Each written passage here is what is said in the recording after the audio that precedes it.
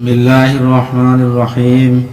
হযরত উবাই ইবনে কাব রাদিয়াল্লাহু তাআলা আনহু হইতে বর্ণিত আছে যে রাসূলুল্লাহ সাল্লাল্লাহু আলাইহি ওয়াসাল্লাম ইরশাদ করিয়াছেন, কোন এক ব্যক্তির জন্য অপর একজনের সহিত মিলিয়া জামাতের নামাজ আদায় করা তাহারা একা নামাজ পড়া অপেক্ষা উত্তম, এবং তিনজনের জামাতে নামাজ পড়া দুইজনের জামাতে নামাজ পড়া অপেক্ষা উত্তম।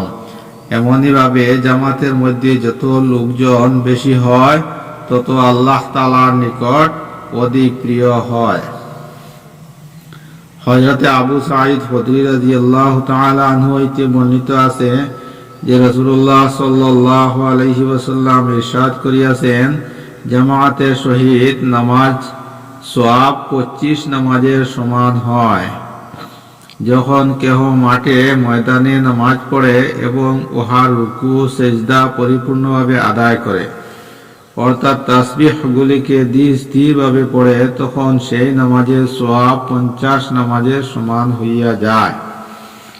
হযরত আবু দারদা রাদিয়াল্লাহু তাআলা আনহু বলেন, আমি রাসূলুল্লাহ সাল্লাল্লাহু আলাইহি ওয়াসাল্লামকে এই ইরশাদ করিতে শুনিয়াছি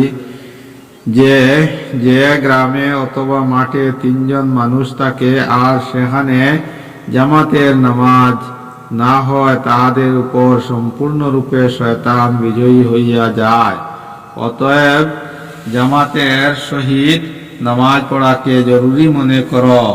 একা বকরিকে বাঘে খাইয়া ফেলে, আর মানুষের বাঘ শয়তান। হযরত আয়েশা রাদিয়াল্লাহু তাআলা আনহা বলেন,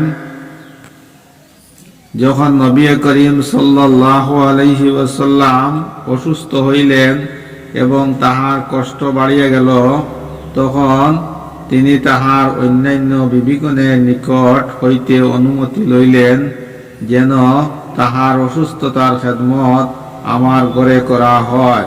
বিবিগণ তাহাকে এই অনুমতির ব্যাপারে অনুমতি দিলেন। অতঃপর নামাজের সময় হইল, তখন রাসূলুল্লাহ সাল্লাল্লাহু আলাইহি ওয়াসাল্লাম মসজিদে যাওয়ার জন্য দুই ব্যক্তির উপর ভর করিয়া এইভাবে বাহির হইলেন যে দুর্বলতার দরুন তাহার পা মুবারক মাটির উপর হেঁচড়াইতেছিল। হযরত ফাজালাহ ইবনে উবাইদ রাদিয়াল্লাহু তাআলা আনহু হইতে বর্ণিত আছে যে রাসূলুল্লাহ সাল্লাল্লাহু আলাইহি ওয়াসাল্লাম যখন নামাজ পড়াইতেন, তখন কাতারে দাঁড়ানো কোনো আসহাবে সুফফা অত্যধিক ক্ষুধার দরুন পড়িয়া যাইতেন।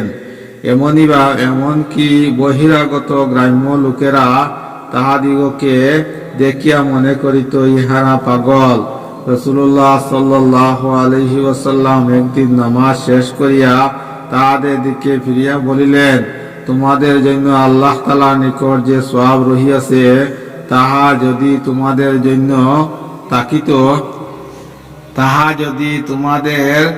জানা থাকিত, তবে ইহা অপেক্ষা আরো অধিকভাবে অনটনে ও অনাহারে থাকা পছন্দ করিতে।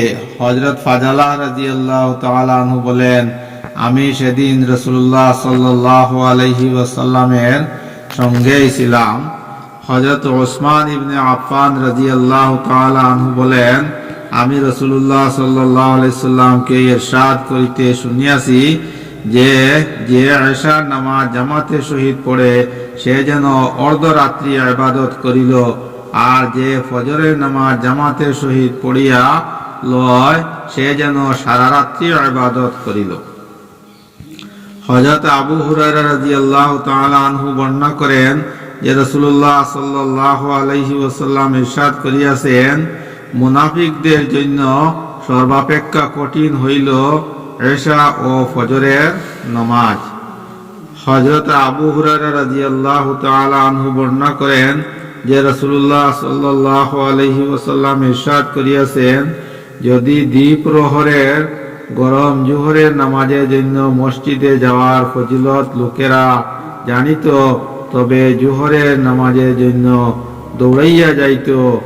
আর যদি তাহারা ঈশা ও ফজরের নামাজের ফজিলত জানিত, তবে অসুস্থতার দরুন হামাগুড়ি দিয়া হইলেও এই নামাজের জন্য মসজিদে যাইত।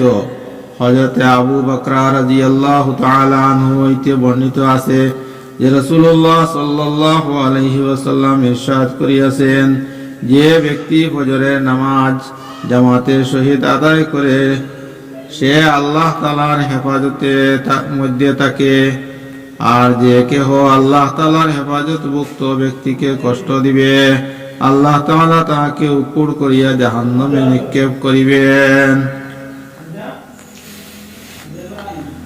হযরত আনাস ইবনে মালিক রাদিয়াল্লাহু তাআলা আনহু বলেন, রাসূলুল্লাহ সাল্লাল্লাহু আলাইহি ওয়াসাল্লাম ইরশাদ করিয়াছেন, যে ব্যক্তি 40